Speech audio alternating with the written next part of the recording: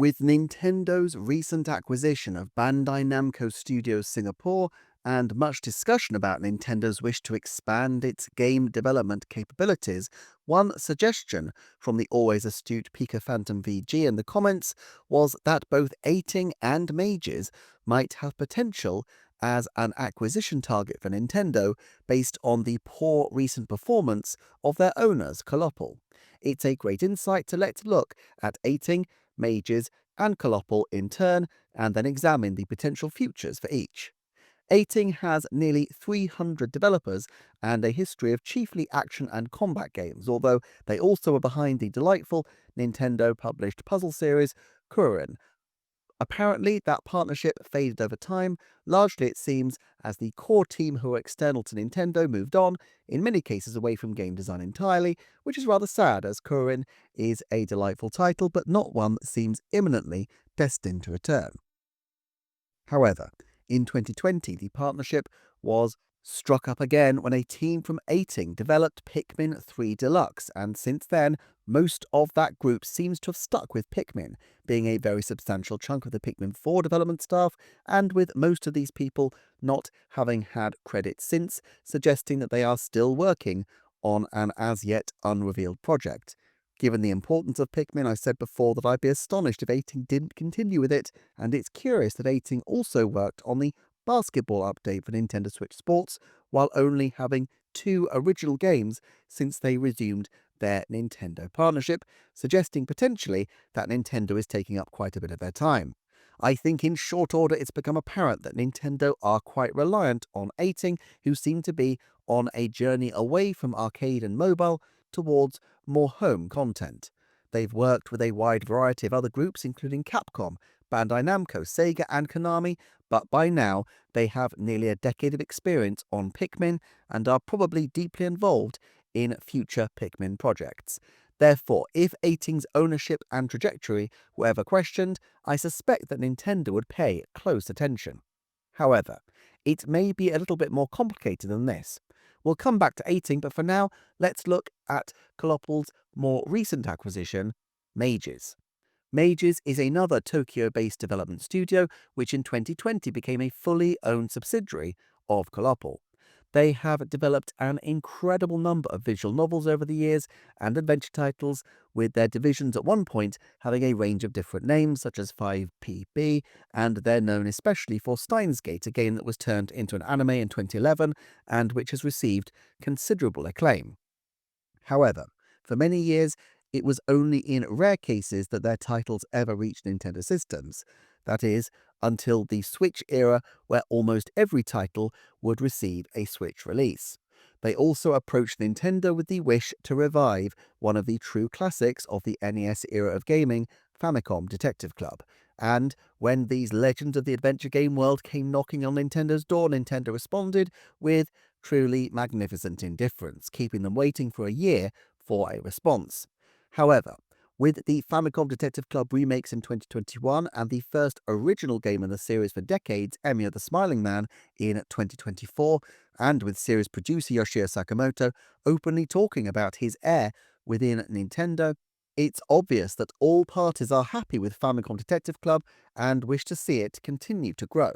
Now, Famicom Detective Club clearly isn't the biggest brand in Nintendo's IP library, however much I personally love it, but reviving it has definitely been one of the low-key successes of the Switch era, and as Nintendo pursues more narrative-based content, it may have a fair amount of potential for them in terms of multimedia expansion, to say nothing of leading the revival of some other highly regarded games in this kind of genre from the 80s, notably Nintendo of America CEO Satoru Iwata's favourite game Shin Onigashima, which I've tipped before as a potential for revival.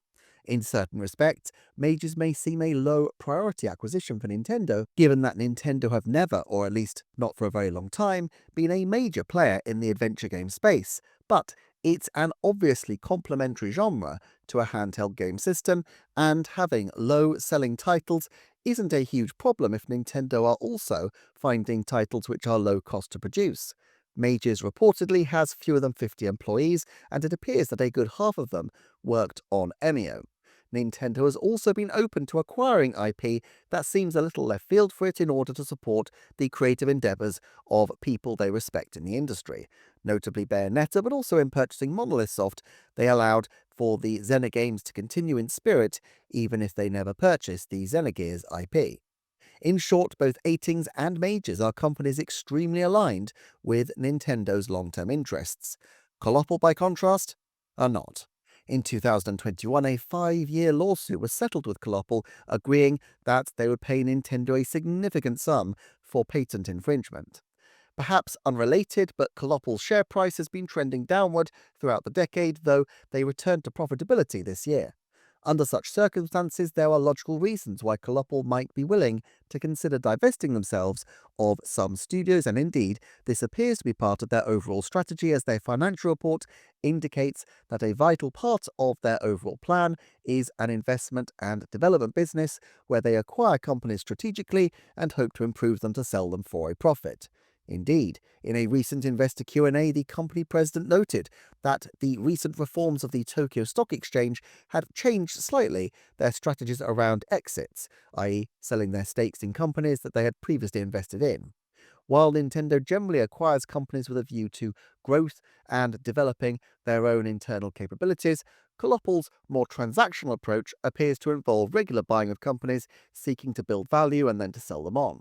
Now, Majors itself had been bought and sold previously, and so fits the profile of companies where Colopl might have seen an opportunity to turn their investment stake into a profit by careful management. Now, whether intentional or not, both Majors and Eighting appear to be positioned as of significant utility to Nintendo. The question is, though, are they also of significant utility for Colopl? Colopl's apparent aim is to be a global top 20 in the mobile game market, and neither an arcade contract developer nor a visual novel specialist studio particularly fit that overall mission. Having said that, while their plans mostly focus on utilizing AI to develop what they call generative games, i.e. using generative AI to create original experiences within games, they also have as an aim the development of adventure games. Majors in December 2022 entered insolvency, and there was a change of management, but it evidently pulled through it. In principle, if mobile gaming were to become a significant draw in Japan, the large back catalogue of Majors content would potentially be well placed to do very well indeed for Colopl. Now, for a long time, there hasn't really been much Japanese interest in mobile gaming compared to other locations to play titles, but this could change, and it's evidently in Colopl's interests to at least try to make that happen. In the meantime, having Nintendo offer development contracts on at least a fairly regular basis provides the company with a strong fallback position, and after all, Nintendo are always happy to contract out. They don't need to own the studios that they are contracting from necessarily. Interestingly, it appears that Majors have traditionally resisted mobile gaming as an option, and of course there is the risk that if the people at Majors aren't happy, they could simply decide to leave the company. This is the reason why Satoru Iwata always said he was cautious about company buyouts, because if you get the people leaving soon after the company is bought, you could be in a situation where you've paid a lot of money for some pens and a few computers. We've seen with Alpha Dream that even long-time partners of Nintendo on franchises with far more fame than Famicom Detective Club aren't guaranteed Nintendo's backing if the companies themselves are not well managed. There is certainly a world where I can imagine owning a visual novel and adventure game studio being a useful foothold for Nintendo in a diversified branch of their usual business, but there is also every chance that some of the key people drift away from Majors, in which case Nintendo may find that it's just as easy to hire them directly or to commission the same people from another studio. Colopl is in an interesting position here, as they have actually built clear value for Nintendo, but the potential of Majors is that much higher for them, and my guess is that they would be reluctant to part with them in the near term. On the other hand, Eighting certainly has development capabilities and has strong relationships across many different developers, but these are mostly in the arcade and console space. Whether moving to untested mobile ventures over more secure contract work, especially with a client like Nintendo already on the books, I'd question.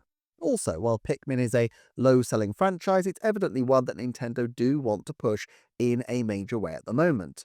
You might argue that the delays and frustration of adapting to work with a different team without the long history of experience of Pikmin that 18 already seemed to have built up might cost Nintendo more than it would cost just to buy out 18 in the long term. In either the case of Mages or 18, it seems likely that Nintendo would have an interest and that Colopl would entertain an offer, but there's a very real chance of a crabs in a bucket situation. For Nintendo, they know that the contracts are valuable enough to Colopl that withdrawing them would actually be quite problematic, and so if they wait Colopl out, they would likely be able to acquire much of the talent that they require through a different route. Perhaps if Colopl end up having to downsize anyway, and so Nintendo can pick up some bargains. Equally, Colopl know that Nintendo are a willing buyer, which in some respects gives them an incentive to apply pressure to try to make a deal happen. As with other acquisitions looked at on this channel, in any individual year, I'd say a purchase of either, let alone both, seems like a very long shot. But if Colopl's ambitions don't pan out, Nintendo seem well positioned to make a deal, and it's really a case of whether the stars, and more specifically the company's financial interests, align at the right time. If I were to put a percentage on it, and that's kind of this channel's MO, I would say there's a 30% chance that Nintendo would purchase, in whole or in part, 18 or Mages by the end of 2030. I think that's a decent amount of time for some kind of deal to happen, and it does make sense, but there are plenty of other reasons to suggest that this might not quite work out in Nintendo's favour. For more on this kind of thing, do check out the videos on screen. Thank you so much for watching, thank you to the channel's Patreon supporters, and I shall see you next time for another Nintendo Forecast.